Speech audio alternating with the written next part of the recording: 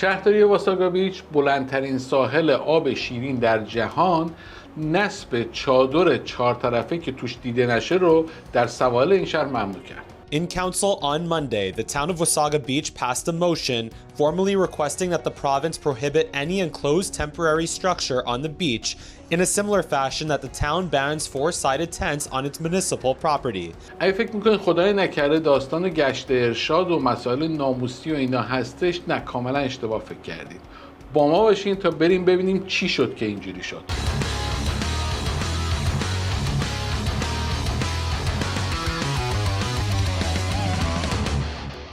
من مهرام ارجنگی، ریل استیت بروکر از شرکت ریمکس و مورگیج ایجنت از شرکت آلتیمت مورگیج اند فایننس سولوشن از تورنتو کانادا با مکس ماندی 5 آگوست 2024 در خدمتتون هستم. امروز میخوایم 4 تا موضوع رو بررسی کنیم. موضوع اول اینه که خانم کریستیا فریلند که خدا حفظشون کنه، وزارتشون مستدام باشه که ایشون اگر نباشن کلا برنامه‌های ما تعطیله، باز در یک سخنرانی اومدن بیرون، در یک مجتمعی صحبت کردن که میخوام صحبت‌های ایشون رو بررسی کنیم. موضوع دوم هم قانون جدید وام مسکن هست برای خرید خانه‌های نوساز برای خانه اولی‌ها. موضوع سوم هم تریبر استان دولت اونتاریو، یعنی همون آقای داکفورد هستش، پریمیر استان اونتاریو، که دیگه از دست دزدها و خلافکارا و باجبگیرا و ماشین دزدا به ستون اومده و دیگه هر چی از دهنش در اومد داره به سیستم قضایی کشور میگه. و موضوع چهارم هم اینه که یک عده‌ای از خدا بی خبر از سواحل زیبای واساگا بیچ به عنوان توالت صحرایی دارن استفاده میکنن که دیگه صدای همه مردم و اهالی محل رو در آوردن. خانم کریستا فریلند دام تفاضلاتو در هفته گذشته، روز دوشنبه هفته گذشته، در یک مجمع مسکونی در غرب تورنتو اومدن و یه سری انانسمنت داشتن، صحبت کردن که با هم دیگه اینا رو بررسی میکنیم. اگه خانم کریستا فریلند رو نمیشناسین، برین ویدیوی کریستا فریلند یا احمد خطر انتخاب اسلحه رو ببینید. ما ارادت خاصی به ایشون داریم. ایشون اول کاری که اومدن در مورد نرخ مورگج ها صحبت کردن که بانک مرکزی 2 بار نرخ بهره رو پایین آورده و مورگج رینیوال هایی که دارن میان و کسایی که مورگجشون قرار رینیو کنن بهره کمتری بهشون تعلق میگیره. I want to start by talking about the Bank of Canada's decision last week to cut interest rates for the second time in a row. Canada was the first G7 country to cut interest rates last month, and we are now the first G7 country to cut rates for a second time. This is really good news for Canadians, especially for homeowners who currently have mortgages and are looking at the renewal of those mortgages, and for first-time home buyers. یعنی نرخ بهره مورگجی که 1.5% 2 سال پیش طرف گرفته بود، الان کردنش 7 و خورده درصد، بعد حالا 2 تا 25 صدم اومده پایین، مثلا شده 6 و 3 دهم 6 و نیم. خیلی باید خوشحال باشی. این منو یاد اون ویدیو آقای مهران مدیری میندازه در مورد قیمت دلار که با هم دیگه ببینیمش. اگه دلار از 4 تومن بشه 10 تومن تو خوشحال‌تر میشی؟ یا از 18 تومن بشه 10 تومن؟ خب طبیعتاً از 18 تومن به 10 تومن منو بیشتر خوشحال میکنه. ولی در هر صورت دلار شده 10 تومن. این به خاطر شادی شما عزیزان. بعد ایشون اومدن در مورد وظیفه دولت و برنامه دولت برای مردم توضیح دادن. Our government is focused on delivering fairness for every generation. This very much includes making the dream of home ownership a reality for younger Canadians and for new Canadians. البته من در مورد قسمت اول ویدیو با ایشون کاملا موافقم. ایشون فرنسی رو داره میاره، این همه مردم رو از طبقه متوسط و بالا پایین همه رو میخواد فقیر کنه، یک دست بذاره زمین که فر باشه، یعنی در حقیقت همه یکسان سازی بشن. در مورد قسمت دومش هم ایشون که صحبت از آرزوی خونه‌دار شدن برای نسل و جوون و اینا رو داره میگه، یه اشتباه لپی کردن. منظورشون بی خانمان شدن کلیه مردم بود. یه دفعه فکر نکنید مثلا این برنامه‌ریزی دارن که شما رو خونه‌دار کنن، کلا پشتش گذاشتن همه رو بی خانمان کنن. ایشون اعتبار این همه گرفتاری مردم در 2 سال گذشته به خاطر نرخ تورم بالا و نرخ بهره بالا که مردم متحمل شدن که آخر سر بانک مرکزی تونست نرخ بهره رو بیاره پایین، همه رو قلمبه‌ای زد به حساب خودش و گفت دولت ما خوب بوده. Our fiscally responsible plan has helped put the Bank of Canada in a position to lower interest rates for the second time in a row last week. بعدش هم ایشون یک سخن قصاری فرمودن که نشان دهنده تسلط و اقتدار ایشان بر مسائل اقتصادی بود و مانند گوهری بر آسمان اقتصاد کانادا می‌درخشه این صحبت. Lower interest rates mean that mortgage payments will be more affordable, helping more Canadians get into the housing market to buy that first home of their own. Genius! Absolute genius! حالا این مراسم کجا برگزار شد؟ این مراسم در غرب تورنتو در یک مجموعه ساختمانی برگزار شد که توسط یک بیلدر ساخته شده که مجموعی از کاندو آپارتمان‌ها برای خرید و فروش و مجموعی از آپارتمان‌های رنتال هستش. در این مراسم چند تا نقطه رو با هم دیگه وصل کنیم به هم دیگه تازه میفهمیم شکل بزرگ داستان چیه.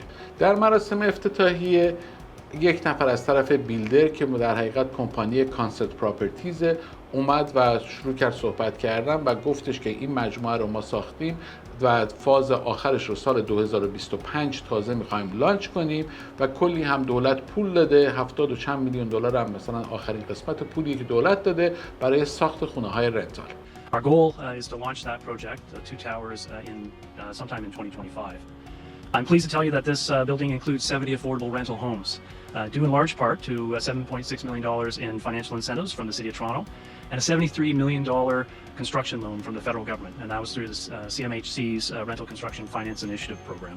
اگر فرض کنیم حرف ایشون درست باشه که فاز سوم 2000 یا فاز آخرش سال 2025 شروع میشه، معمولا حدود 3 سال طول میکشه از اون لحظه که اینا کلنگ رو بزنن برای یه برج تا تموم بشه و تحویل مردم بشه. پس این در حقیقت سال 2028 تموم خواهد شد. بعدش نماینده لیبرال شهر اتوبکو اومد گفت آقا وقتی اینجا رو کلنگ میزدن من خودم اینجا بودم. That $73 million investment that the federal government made, I was here, Kelly, when the minister at the time made the announcement, and I was standing right where we are now, except I was on the ground level because this building didn't exist. تاریخ نگفت ولی خانم فریلند بعدش توی صحبتاش گفت سال 2018 بود که اینجا داشتن کلنگ میزدن. You heard Jamie talking about how in 2018 there was nothing here and now we see a great community and more homes coming soon. پس ما میفهمیم کلنگ اولیه این مجموعه سال 2018 خورده شده. اگر کسی تو کار ساخت و ساز باشه میدونه که تقریباً 3-4 سال طول میکشه که شما زمین رو بخری، بتونی بری پرمیتاشو بگیری، فایننست رو ردی کنی، بری به مرحله کلنگ زدن برسی. یعنی حداقل 4 سال کار داری. پس اگر صحبت 2018 میکنن یعنی ما سال 2014 یا 2013 بوده که اینجا رو شروع کردن خریدن. پس این پروسه از سال 2013 تا سال 2028 طول کشیده. یعنی ما داریم صحبت 15 سال رو میکنیم از لحظه‌ای که تصمیم میگیریم یه خونه‌ای توی شهر تورنتو بسازیم، یک مجموعه بسازیم تا لحظه‌ای که آماده بشه و تحویل شه. حالا بریم ببینیم این مجموعه که بعد 15 سال طول میکشه بسازنش و این هم دولت پول داده و این همه دادار دودور دارن میکنن، بریم ببینیم رنتالاش چه قیمتیه. کاری نداره، میریم یه سرچ ساده میکنیم، میریم توی گوگل میزنیم کانسپت پراپرتیز، میایم توی قسمت رنتال، توی قسمت رنتال میریم توی قسمت گریتر تورنتو، یعنی قسمت در حقیقت خونه‌هایی که برای اجاره تورنتو هستن، نگاه میکنیم. خونه اول 20 ساموئل وود تو اتوبکو، همون منطقه، استودیو $2050. روش کلیک میکنیم ببینیم سایزش چیه، میبینیم 20 ساموئل وود، میریم پایین، بله میبینیم 360 اسکوئر فوت یعنی 33 متر مربع به قیمت $2050 اجاره میدن. من موندم چطور میتونه دولت، یعنی خجالت نمیکشه که $70 میلیون پول تکس پیرا رو به یه دونه بیلدر بده که بره یه قفس مرغ درست کنه 33 متری به قیمت $2050 اجاره بده به مردم و تازه این ارزون ترین واحدشه. اگه نگاه کنین این ور اونور تو وبسایتشون بچرخین یونیت هایی پیدا میکنید توی دانتان تورنتو بالای $2250 فقط برای یه استودیو 33 متری هستش. بعدش که مراسم تموم شد خبرنگارا شروع کردن سوال پرسیدن. خبرنگار اول زد تو هدف، گفت خانم فریلند شما احساستون چیه که همکاران شما فکر میکنن شما باید از در حقیقت وزارت اقتصاد کنار برین تا دولت یه سیگنالی به مردم بده که آقا ما داریم روش اقتصادیمون رو عوض داریم میکنیم. ایشون هم طبق معمول در پاسخ زد به زمین و زمان و همه چی رو توضیح داد که با هم دیگه میبینیم. Kelby Leon from the Toronto Star. Minister Freeland, how do you feel about some of your colleagues believing you should be shuffled out of the finance portfolio in order to signal a major new direction for the government? Thank you for the question. I absolutely take the point of view of our caucus, of my caucus colleagues, really, really seriously. Our government is our caucus, and our government's policies need to be based on conversations within caucus. For me, my focus is on working hard to deliver for Canadians every single day. ایشون همونطور که دیدین آخرش میگه my job is just delivering for Canadians. من فکر میکنم که واقعا her job is destroying the life of Canadians. یعنی واقعا ایشون نه تنها خدمت نمیکنه به کانادایی، فکر میکنم داره زندگیشون رو نابود میکنه. بعدش هم خجالت نماینده شهر اتوبوکو که همکار ایشون هستش، 9 سال با هم دیگه تو مجلسن و رفیق فابریک هم هستن، از یه حزب هم هستن، پشت ایشون در اومد و گفت خانم فریلند خیلی خوبه و دستش در نکنه و ما اصلا کسی نگفته این چیزا و از این صحبت ها. The focus we have is on the team, and I can tell you, I talk to my caucus colleagues every single day, and we have complete confidence in Chrystia Freeland as the finance minister. فی الحال وظیفه خود را انجام بدهید. بمالید جانم، بمالید. راست میگوید، شما بمال. البته میدونید که در دولت آقای ترودو یه قانونی هست به نام قانون بقای وزیر و وزارتخونه. یعنی هیچ وزیری ایجاد نمی شود و هیچ وزارتی از بین نمی رود مگر اینکه نه فقط جابجا میشن. یعنی اگه خانم کریستیا فریلند در وزارت اقتصاد بردارن احتمالاً میذارن سر یه جای یه وزارتخونه دیگه. یعنی هر چقدر بیشتر گند بزنی یه پست مهمتر به وزارتخونه مهمتر بهت میدن. مثلا نمونهش آقای شان فریزر. آقای شان فریزر پارسال وزیر مهاجرت بود. یه سیستم مهاجرت ناب دست اول تاپ ناچ رو به ایشون دادن که تمام دنیا میگفتن حسرتش رو میخورن، میگفتن عجب سیستم مهاجرتی توپی داره کانادا. دادن دست ایشون، همچین نابود کردین سیستم مهاجرت رو به خاک سیاه نشون که الان از هر مهاجر تازه‌ای تو کانادا میخوای بپرسی آقا شما تازه اومدی، روش نمیشه بگه من تازه اومدم. یعنی انقدر خراب کرده و جو مردم رو، جو عمومی رو نسبت به مهاجرای جدید خراب کردن. حالا ایشون به پاس خدماتی که در وزارت مهاجرت کردن و نابود کردن اونجا رو، الان وزیر مسکن کشور هستن. حالا قراره مثلا مسکن کشور رو نابود کنن. چطوری؟ قرار بود تا سال 2030 4 میلیون خونه بسازن یا 5 میلیون خونه بسازن که یه بار توی یه ویدیو حساب کردیم بالای 500 خورده هزار تا خونه در سال بسازن که امسال که الان برج 8 هستیم حدود 87,000 تا ساختن. یعنی از 500 خورده هزار تا ما فقط همون خورده هزار تاشو ساختیم. 500,000 تا دیگه‌اش هنوز مونده که بسازیم. اگه تا اینجای ویدیو با ما بودین و خوشتون اومده حتما لایک کنین، سابسکرایب کنین و برای دوستانتون بفرستین که بیشتر دیده بشیم. میریم سر موضوع دوم. موضوع دوم اینه که میدونیم که تو کانادا برای خرید خونه 20% پول پیش نیاز داریم. و قانونی داریم که اگر زیر 20% میخوایم بذارین تا سقف خونه های 1 میلیون دلار میتونین زیر 20% بذارین. یعنی تا سقف 500,000 دلار 5%، بین 500,000 دلار تا 1 میلیون دلار ما با تفاوتش 10% رو میتونین بذارین.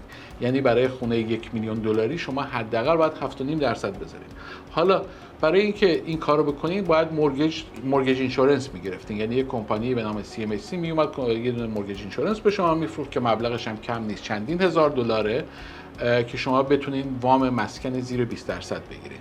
فقط شرطی که داشت این بود که از 25 سال بیشتر نمیتونستین این مورگیج رو ادامه بدین یا مستهلک کنین، یا انگلیسیش میگفتن امورتایزش کنین.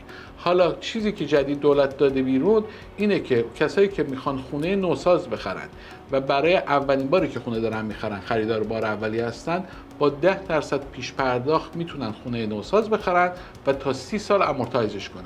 یعنی 5 سال بیشتر شما مورگیج بدی، یه خورده بیشتر در حقیقت پول اینشورنس بدی و پیمنت ماهانت 300-400 دلار کمتر میشه. حالا من میتونم کاملا اینا رو محاسبه کنم واسهتون بذارم تو یه ویدیوی دیگه که مقایسه کنیم ببینیم با 25%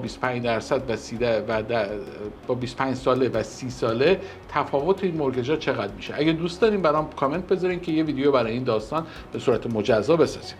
اگر دوست دارین ببینید حساب کتاب مورگیجتون چقدر میشه، اگه میخواین خونه بخرید یا در فکر خرید خونه هستین و نمیدونید چجوری چه هزینه‌هایی متقبلتون میشه، میتونین برین توی وبسایت meetmax.ca یه وقتی بوک کنین با من به صورت رایگان به صورت 1 ساعت بهتون مشاوره میدم، یا میتونید حضوری تشریف بیارید دفتر یا میتونید آنلاین در حقیقت روی مایکروسافت تیمز با هم دیگه صحبت کنید.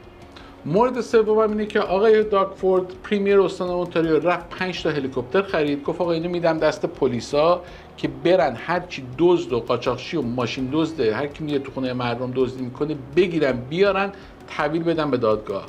ولی یه پلیسی بغل دستش بهش گفت آقا ما اینا رو میگیریم تحویل میدیم به دادگاه ها، فردا صبح ما رو آزاد میکنن، در حدی که خیلی از اینایی که ما داریم میگیریم 7-8 بار سابقه جنایی دارن، میان تو ماشین پلیس میشینن میگن داداش تو هنوز شیفت فردا صبح شروع نشده، من دادگاه میام بیرون، یه دونه وثیقه میذارم میام بیرون. آقای فورد هم عصبانی شد و پیغام داد که آقا تمام مسئولین دولتی باید پاسخگو باشن، چرا قضات پاسخگو نیستن برای این کاری که دارن میکنن؟ حالا یک دعوایی بین سیستم قضایی و سیستم دولت اونتاریو هستش که قضات باید پاسخگو باشن، ولی سیستم قضایی میگه آقا قضات باید مستقل از فشارهای بیرونی باشن. حالا نمیدونم شما چی فکر میکنید؟ آیا درسته که یک کسی که 7-8 بار اومده ماشین دزدیده، آدم تهدید کرده، اسلحه کشیده، اینها رو دوباره ولشون کنیم از زندان بیان بیرون یک شبه؟ Courts aren't exempt. They have to be held accountable for the decisions they make. The Premier revealing he has directed the Attorney General to keep track of how often judges and JPs are granting bail. There's some that continuously give people bail. Just last week, Peel Police announcing 18 people were arrested in a carjacking and home invasion investigation, but 9 were already out on bail at the time of the announcement, and 6 were out on bail when they were caught committing the crimes. How do you like someone banging in your door, put a gun to your head, and find out later that they're out on bail 4 or 5 times, and they're mocking the police in the back of the cruiser, saying, by the way, I'll be out on bail by the time you start your next shift. اما مورد آخر این که سواحل زیبای شهر ساحلی واساگا بیچ به گند کشیده شد. این بعد از اینکه عده‌ای از اهالی ساکنین محلی گزارش دادن که یه سری نامسلمون دارن میان اونجا یه دونه چادر میزنن، این چادری که 4 طرفش بسته است دیده نمیشه، بعد میرن اون تو کارشون رو انجام میدن، بعد میکنن زیر سند و از این ماسینا روش کاور میکنن و جمع میکنن، میرن فردا صبح یه خانواده دیگه میان، بچه‌هاش میرن اونجا با بیل و اینا این سندا رو بزنن، مثلا قلعه درست کنن، قلعه شنی درست کنن، مواجه میشن با اتفاقاتی که نباید ببینن. These people right here, you're gross. She's seen that they were using this as a washroom. Pooping on beaches seems to be very common. You guys need to know what you're running into when you come to Wasaga Beach. And it's not locals doing it. It is people coming from out of town, and it is immigrants that think it's okay to dig a hole, pop a squat, and bury their poop. Now, in an effort to combat the reports and what the town calls misinformation, council passed a motion to call on the province to ban all 4-sided tents on the beach. CTV's Mike Lang brings us more. But this has now got to be to a point where it is so disheartening. In council on Monday, the town of Wasaga Beach passed a motion formally requesting that the province prohibit any enclosed temporary structure on the beach in a similar fashion that the town bans 4-sided tents on its municipal property. کلاً در سابقه کانادا از 200 خورده سال پیش همچین چیزی سابقه نداشته و جدیداً مثل اینکه زیاد شده. نه تنها اونجا، من امروز شنیدم تو پمپ بنزینم یه بنده خدایی پیشت پایین همونجا کارشو کرده. خلاصه کار به جایی رسیده که شهرداری واساگا بیچ قانون در آورده که حق ندارید چادر کامل بسته 4 طرف بسته در سواحل شهر واساگا بیچ برپا کنید. حتما باید یه طرفش باز باشه که مردم ببینن اون تو چه خبره. خدایی میخوای یه کشور رو کنی، بری، مردمشو کنی، یه تلفن بزن با آقای ترودو، معاون ایشون خانم کریستر فریلند و آقای شان فریزر وزیر سابق مهاجرت 3 سوت برای این کار انجام میدن، در حد لالیگا که وقتی برگردی اصلا تشخیص نمیدی این کشور 20 سال پیش چه شکلی بوده. تا هفته بعد خدا نگهدار. بهانه بیچ رفتن میان اینجا یه دونه چادر میزنن، بعد میرن تو اون چادر کارشون رو انجام میدن، بعدش که کارشون رو انجام